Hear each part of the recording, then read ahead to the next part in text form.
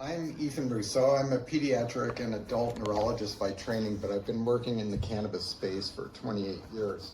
So we're going to whip through this. What I'm going to show you today is just a snapshot. I have hundreds of slides that this is derived from.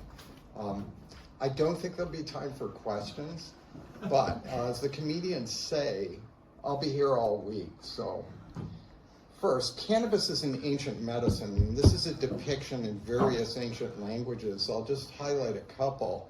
The fourth one is a pictogram, the kanji of hemp in Chinese, and you can recognize hemp upside down, drying in a shed.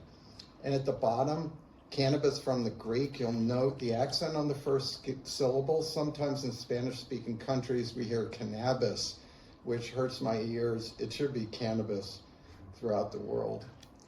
This is a pictorial map of cannabis history. You'll see it throughout Eurasia and Africa, coming to the New World in the 16th century.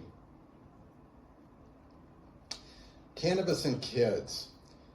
Ethnobotanical evidence exists worldwide on use of cannabis for medicinal properties, and it became mainstream in Europe and the New World after 1840, when William O'Shaughnessy had introduced what was called the Indian hemp, the cannabis of India, to new markets. Throughout the use in the 19th century, which was extremely prevalent in children, there were no safety signals of concern. Also, it was shown, and we will reinforce, that tolerance to cannabis was very prominent in children, even with higher doses that would cause problems in adults. Here's just one piece of ethnobotanical evidence from Central Asia, Uzbekistan, talking about a candy called gukand that's given to boys before circumcision to reduce pain and to keep them from crying.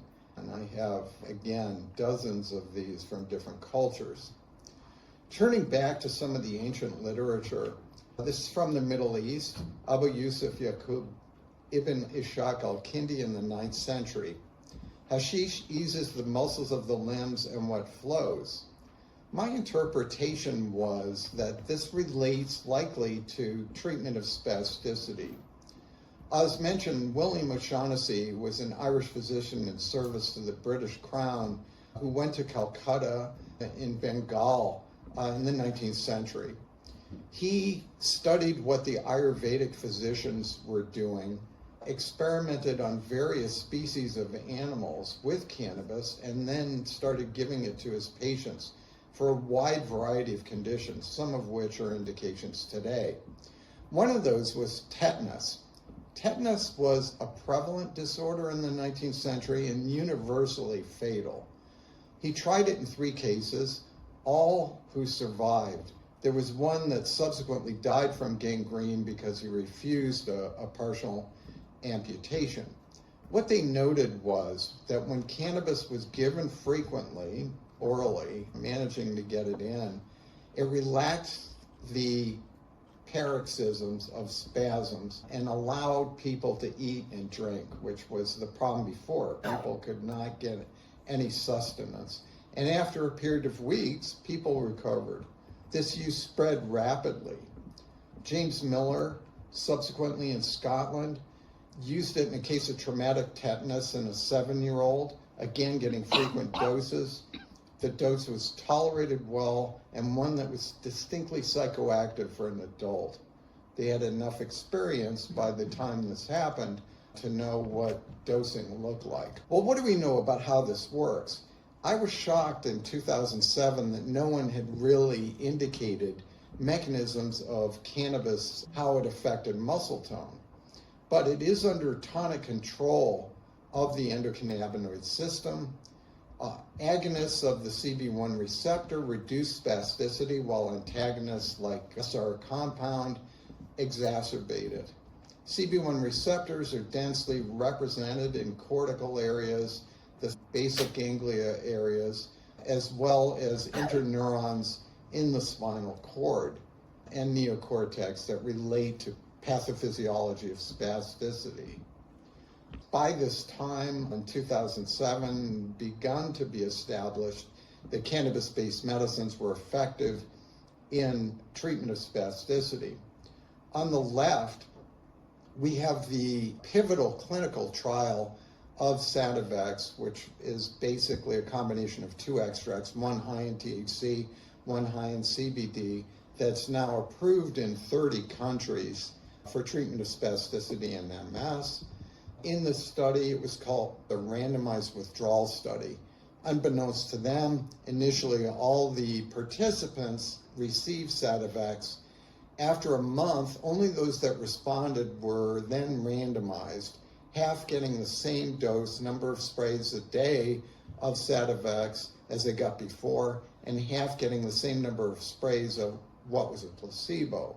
And you see in the lines a very marked divergence, which was highly statistically significant. And just a pictorial demonstration of the difference. On the left in the picture, you see the equinovarus deformity indicative of spasticity in a young patient. And after treatment with THC CBD, meaning Sativex, the marked difference. That's just with 2 sprays a day.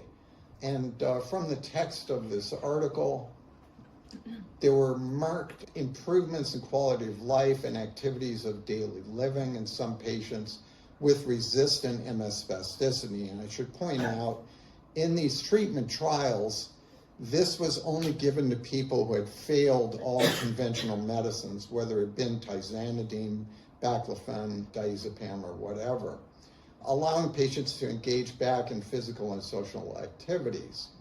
For some patients, the dosage of existing therapies might be reduced, and this can help minimize the impact of weakness. One distinction of cannabis-based medicines compared to other agents for spasticity, including dantrolene, is all of those produce weakness at the same time that they're reducing muscle tone. This is not the case with cannabinoids.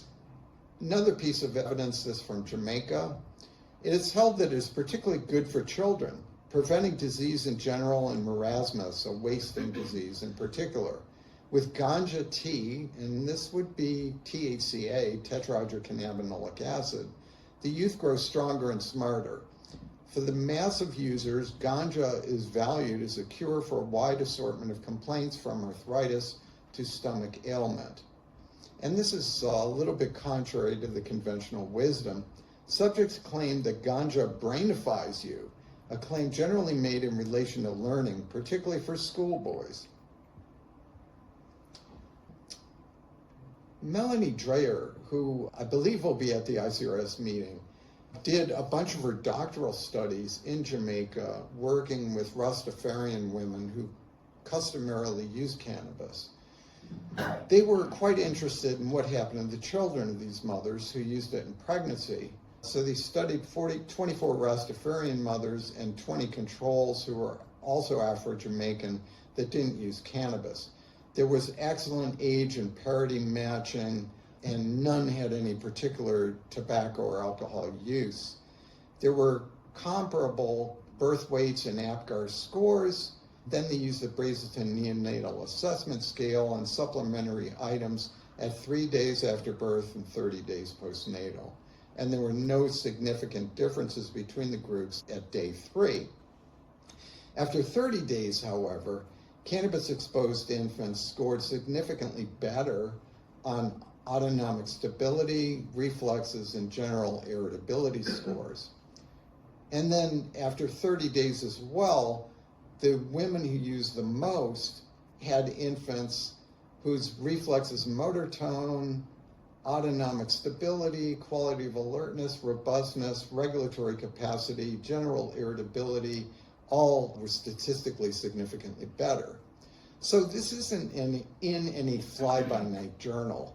It's in Pediatrics, the flagship of that group. I don't know how they ever got this through peer review, considering attitudes at the time, and I don't know if it would even happen today, but the fact that it was published and with these kind of numbers speaks for itself. I'm a big critic of studies of cannabis in pregnancy because rarely is it asked, Why did you use it? It's generally assumed it's to be high or whatever else. But this was addressed specifically subsequently in a book chapter that Dr. Dreyer did. For many women, ganja was seen as an option that provided a solution to these problems, i.e., to increase their appetites, control and prevent nausea of pregnancy, assist them to sleep, and give them the energy they needed to work. In this respect, the role of cannabis in providing both physical comfort and a more optimistic outlook may need to be reconceptualized, not as a recreational vehicle of escapism, but as a serious attempt to deal with difficult physical, emotional, and financial circumstances. There you have it, a rationale. I'm going to be highlighting the work of the late Esther Frieda, valued colleague. She was the first to document that endocannabinoid tone is a vital part of early nutrition in animals, which include humans. What they did was use SR1716A, which is an inverse agonist of the CB1 receptor, to block cannabinoid function. And you can see the difference between the control animals with normal growth after suckling and the pups that got blocked in their endocannabinoid function, which lagged in growth and eventually succumbed. And there are endocannabinoids passed along in mammalian milk. But what about use in pregnancy? Again, this has been a hot topic. Numerous studies have alleged to show intrauterine growth retardation or low birth weights in maternal use of cannabis. Many of the studies were poorly controlled for alcohol and tobacco use, which are obviously of great import. The best study, including one subsequently, was this one in 2016 that was actually a meta-analysis looking at 31 studies. Excluding tobacco usage and other confounds, there was no significant difference in low birth weight or preterm delivery. To quote the article, maternal marijuana use during pregnancy is not an independent risk factor for adverse neonatal outcomes after adjusting for confounding factors.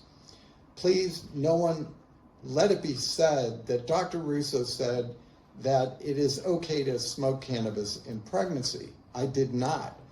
What I am saying, I don't recommend smoking anything. However, when this happens, it is not of dire consequence, at least I hope that we can agree.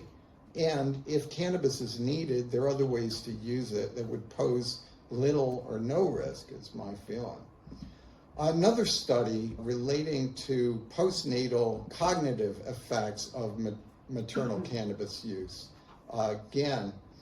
This is looking at various studies. It performed 1,001 statistical comparisons of cognitive outcomes of children whose mothers used cannabis in pregnancy. Scores were worse in 3.5% of prenatally cannabis-exposed children and better in less than 1%. Quote, cognitive performance scores of cannabis-exposed groups overwhelmingly fell within the normal range. More work from Professor Frieda. She had a brother that succumbed to cystic fibrosis, which ran in other members of her family, and showed nice reasons why cannabis could help in this multifactorial disease. And you see the schematic there, looking at various symptoms of inflammation, respiration, lack of appetite, diarrhea, and pain. Unfortunately, in the intervening 20 plus years, no one has taken this on. So there's a good target for intervention. She also addressed pediatric disorders more generally in 2004. Suggestions for use of cannabis for neurotrauma, degenerative diseases, cystic fibrosis again, non-organic failure to thrive related to the work in animals that we saw. To quote, CB1 receptors develop only gradually during the postnatal period. This is shown by Professor Glass, which correlates with an insensitivity to the psychoactive effects of cannabinoid treatment in the young organism. Therefore, it is suggested that children may respond positively to medicinal applications of cannabinoids without undesirable central effects. A pivotal study was done in 1995 with Professor Mishulam and Abrahamov. They used delta 8 THC because it was more stable, but the results would be quite comparable to delta 9. High doses of pure delta 8 THC, 0.64 milligrams per kilogram per dose, were given to 8 children over the course of events. They were ages 3 to 13, 114 different treatment courses. It was almost universally effective in allaying nausea and vomiting in 480 total applications, and side effects were minimal. Again, they noted that the dose, 18 milligrams per meter squared, was much higher than the recommended 5 to 10 milligrams per meter squared of delta 9 THC in adults. We now know that delta 8 is perhaps 2/3 the psychoactivity, but still there's a discrepancy there. This may be hard to see, but these were the patients and the different types of malignancies that they had, all hematologic. And we see that only 2 of the 8 had any side effects, slight irritability, 1 with euphoria. But again, children under 10 seem uniquely resistant to the psychoactive effects of cannabis. Perhaps it's because children already seem to be stoned. Totally changing gears, going back to Europe in the 18th century, this would be European hemp, which presumably would have cannabidiolic acids, perhaps traces of cannabidiol. The seed and green leaves, crushed and applied in the form of cataplasm to the painful tumors, appears to be strongly resolutive and intoxicating. The odor is extremely strong and inebriating. We now know that, shown in this animal study, that cannabidiol has a strong effect on multiple cancer cell types, as demonstrated here. And you can clearly see the smaller tumor as well as depicted graphically. How about humans? Well, this was a study of 2 children with pilocytic astrocytomas. This is a type of tumor that can't usually be totally removed. The problem with all types of brain tumors is frequently the fact that they're spindly and have tendrils that go out in all directions. But post-operatively, these were families where both sets of parents allowed their children to smoke cannabis at that time. And you see the clear-looking MRIs subsequently without recurrence. Now, I had occasion many years later to meet the neurosurgeon, Farugi, that did this study at Children's Hospital in British Columbia, and he indicated that the children remained tumor-free several years after this was published. Another study in adults was on glioblastoma multiforme, the worst kind of brain tumor, a little rare in children, but as you see in the picture, this is a 15-year-old with it. This was actually done many years ago, but only reported in 2021. They again used nabiximols Sativex, a 21 patient who had recurrent glioblastoma multiforme on high-dose temozolomide, a standard agent, either with the addition of Sativex or not in the placebo group. They used up to 12 sprays a day, which is the usual upper dose limit, but that's only, and it should mistake here, be 32.4 milligrams of THC and 30 milligrams of CBD. There was a big difference in the 1-year survival, 83% versus 53% in controls. That was statistically significant, and a nice increase in the survival time to 550 days. Only 2 withdrawals in each group due to adverse events. There hasn't been any follow-up of this, but we know from clinical practice that many patients use cannabis for brain tumors, and it seems to have a very strong effect. Unfortunately, if they should stop for any reason, recurrences are extremely likely. So when a patient responds, the advice is to continue indefinitely. Again, shifting gears, back to British Isles in the 18th century.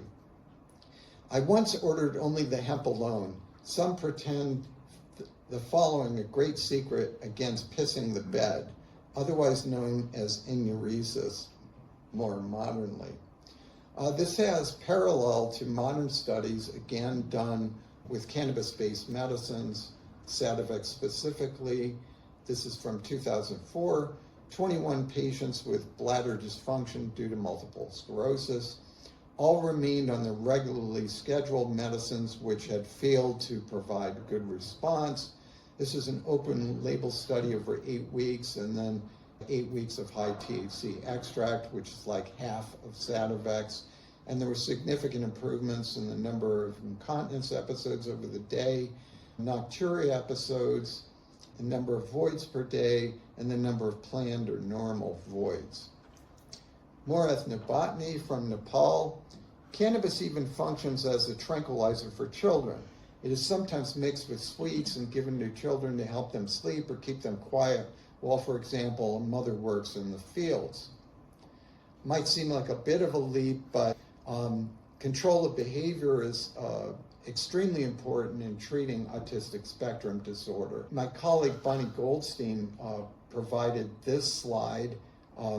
She was my recommended speaker today, but was unable to come. She has extensively treated children and notes that a combination of cannabinoids seems to be advantageous and has examples of various dose ranges. Interestingly, CBD at low doses seems to have a paradoxical effect and can increase agitation and other problems. She generally starts at 50 milligrams per dose and has gone up as high as 400 milligrams a day. She uses a lot of the acid cannabinoids, tetrahydrocannabinolic acid, ranging from 5 to 60 milligrams. THC, also extremely helpful, ranging anywhere from 1 to 50 milligrams a day. CBG, seemingly very potent on behavioral effects, up to 20 milligrams a day. Dosing between 1 and 3 times a day. Beneficial effects noted on speech, reducing anxiety, less aggression, self-stimulatory behavior, etc. Now, there always can be adverse effects. They can include paradoxical overstimulation, increased appetite, or insomnia, but usually these respond to different preparations of dose adjustment. Now, this has really been bolstered by this recent study from last year, looking at metabolomics in children with autism, which are abnormal to begin with, but have showed improvement with specific cannabinoid treatments. And again, this is hard to see, but this is just offered as encouragement to read this fascinating article. Back to the ancient Middle East, Sumeria, which is today Iraq, and Azala was one of the ancient names for cannabis. This was part of a complex mixture.